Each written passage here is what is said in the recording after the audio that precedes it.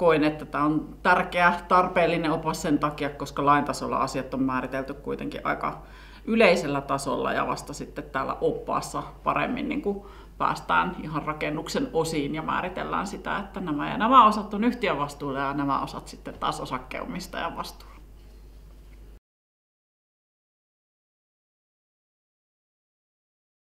Joo, nämä linjaukset syntyy tällaisessa useamman hengen työryhmässä, jossa on muutama juridiikan asiantuntija ja sitten on meitä tekniikan asiantuntijoita. On sekä rakennustekniikasta, LVI-tekniikasta että sähkötekniikasta.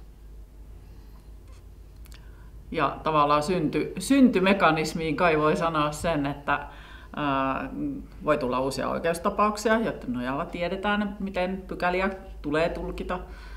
Tai voi olla niin, että asiat on ihan selkeästikin alun alkaenkin esimerkiksi lain esitöissä todettuja. Ja tavallaan niin kuin siltä pohjalta rakentuu se, että mitä vastuunjakotaulukossa niin kuin sanotaan yhtiön vastuulle kuuluviksi tai osakkaan vastuulle kuuluviksi rakennuksen osiksi.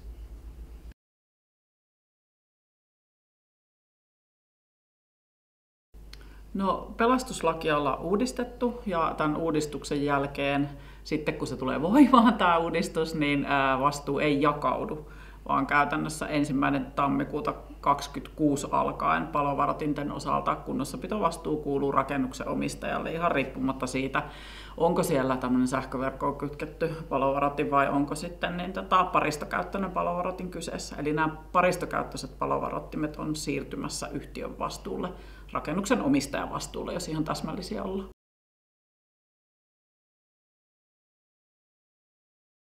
Tavallinen tai asia, joka toistuu, on niin kuin kylpyhuoneiden kunnossapitovastuun kohdalla se, että jos siellä yhtiössä niin vaikka osakasaloitteisen muutostyön yhteydessä ilmenee sitten kosteusvaurio siellä kylpyhuoneessa, niin sitten monestikin kuvitellaan ja ajatellaan niin, että yhtiö vaan kuivaisi rakenteita ja tekisi tavallaan niin kuin kylpyhuoneen kuntoon vedeneristeeseen saakka ja sitten osakkeenomistaja jatkaisi siitä ja vastaisi pinnoista ja käytännössä kuitenkin sitten niin pintojenkin ennallistaminen perustason kuuluu yhtiölle. Että se on ehkä yksi niitä kaikista tavallisimpia virhetulkintoja.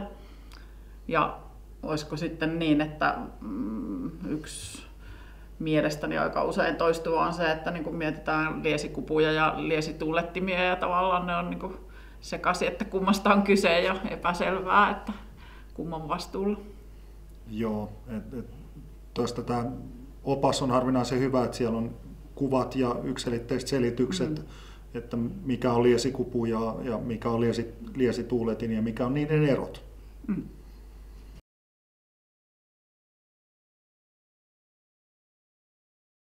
No sen ansiosta, että tuntee vastuunjakolinjaukset, niin toimii asunto-osakeyhtiöllä edellyttämällä tavalla. Ja jos säännönmukaisesti toimii lain mukaisesti, niin sitten aina katsoo yllättäviä tilanteita, jossa niin kuin tavallaan yhtiössä vaikka osakkaiden vaihtuessa, niin uusi osakkeenomistaja on tietoinen siitä, mitä laki vaatii toimimaan. Et jos me on aikaisemminkin toimittu lain mukaisesti, niin sitten ei tule turhia riitoja ja väärinymmärryksiä niin kuin missään myöhemmässäkään vaiheessa. Tällaiset niin kuin yhtiön sisäiset laista poikkeavat linjaukset voi niin kyllä olla hankalia myöhemmin, että hyvä olisi toimia säännönmukaisesti niin kuin lain ja sitä tulkitsevan vastuunjaon mukaisesti.